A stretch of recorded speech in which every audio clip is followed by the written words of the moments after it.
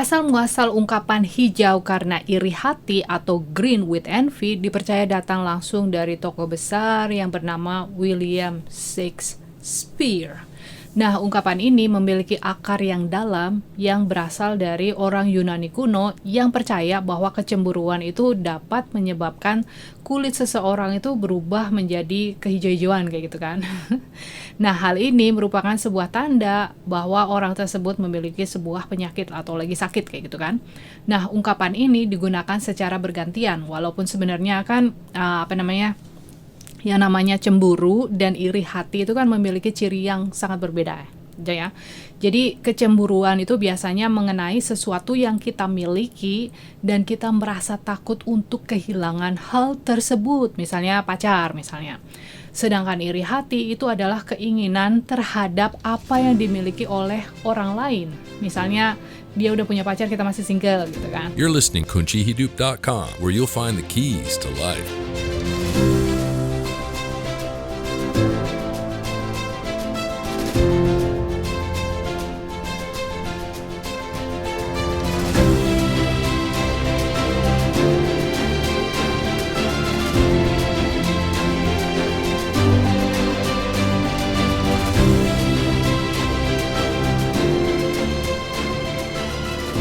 Nah, tanda kecemburuan itu biasanya sering dihubung-hubungkan dengan sebuah hubungan atau relationship kayak gitu. Dan biasanya itu akan terwujud dalam berbagai cara, seperti kurangnya rasa percaya saat berpisah, dia lagi pergi gitu, jauh-jauhan gitu. Biasanya kita akan merasa cemburu, mulai merasa khawatir ketika pasangan kita menyebutkan nama orang lain, apalagi kalau sama-sama cewek misalnya. Iri hati biasanya berakar pada keinginan akan apa yang dimiliki oleh orang lain, dan biasanya memiliki ciri-ciri sebagai berikut. Misalnya, tidak bahagia atas kesuksesan orang lain, atau merasa tidak bahagia ketika orang lain mencapai pencapaiannya.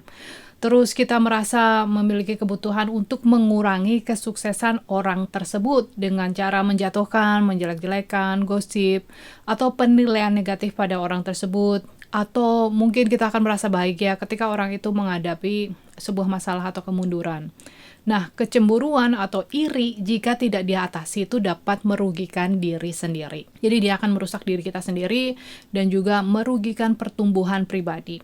Hal ini dapat menimbulkan kemarahan misalnya, kebencian, dan juga rasa tidak berharga. Self-worth. Self-worth itu penting banget ya. Nah, namun untuk mengakui dan memahami perasaan ini itu adalah langkah pertama menuju pembebasan atau freedom. Nah, berikut adalah beberapa cara untuk mengatasi cemburu dan juga iri. Yang pertama itu adalah meniru daripada iri. Jadi, daripada kita iri pada orang lain, mari kita menggunakan kesuksesan mereka sebagai inspirasi.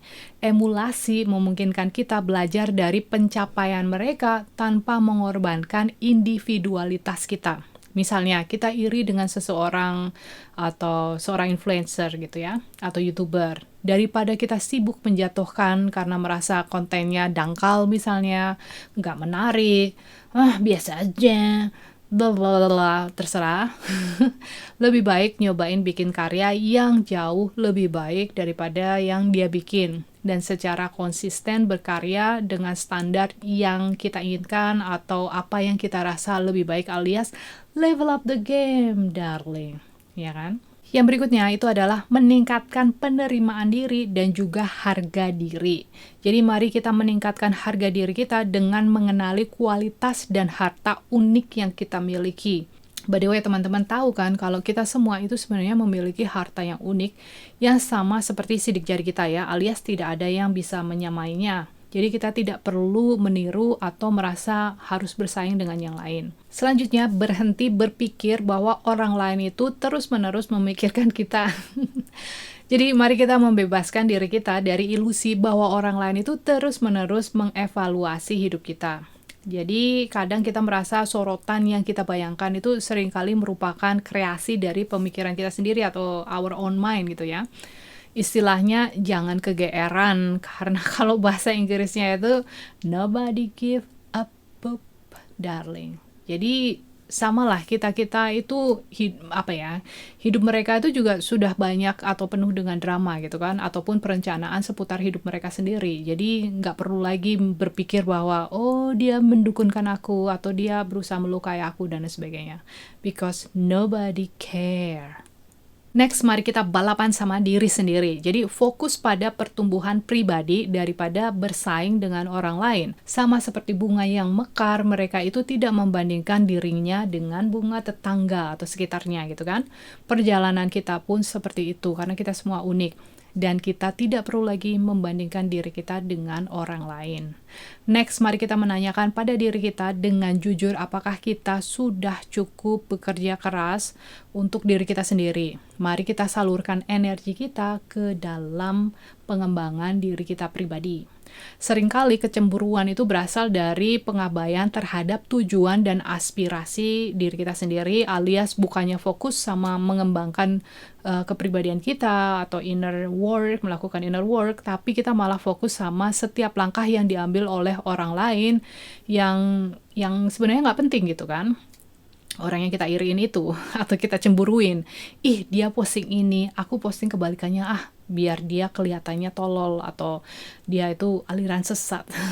Next, mari kita fokus untuk terhubung dengan orang lain secara unconditional. Mari kita alihkan fokus kita dari merasa superior atau merasa paling hebat, paling spiritual, paling pintar, paling segalanya, menjadi terhubung dengan orang lain dengan landasan cinta gitu atau sesuatu yang tulus gitu. Kemudian kita akan mendekati situasi sosial dengan pikiran terbuka yang akan menumbuhkan hubungan yang tulus, yang apa adanya, yang penuh kasih. Next, mengubah persepsi kesuksesan. Jadi mari kita tantang norma-norma masyarakat yang menyamakan kesuksesan itu dengan sebuah kepemilikan secara materi. Misalnya, dia memiliki banyak follower lebih banyak dari aku, atau dia memiliki penghasilan lebih banyak dari aku, dan lain-lain. Karena segala sesuatunya itu kan kayak follower itu juga kan bisa dibeli. Terus kepemilikan itu juga bisa dipalsukan. Nah, mari kita menekankan nilai-nilai seperti pengetahuan misalnya, kreativitas, kejujuran, ataupun otentisitas kita. Nah, mengakui karakter unik seseorang, mengenali keunikan perjalanan dan kemampuan setiap orang, itu akan membantu kita untuk berhenti membandingkan kita dengan orang lain. Dan kita akan menghargai keberagaman dan menjadikannya masyarakat yang harmonis. Hidup itu bukanlah sebuah perlombaan, melainkan sebuah perjalanan. Jadi pandanglah hidup itu sebagai sebuah perjalanan, bukan kompetisi, bukan sesuatu yang senggol bacok kayak gitu. Mari kita merangkul gagasan bahwa setiap orang itu memiliki jalannya sendiri.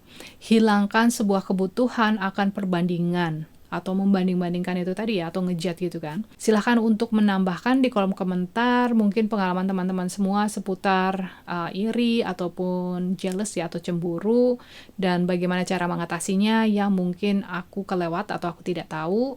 Dan seperti biasa, thank you, I love you, and bye for now.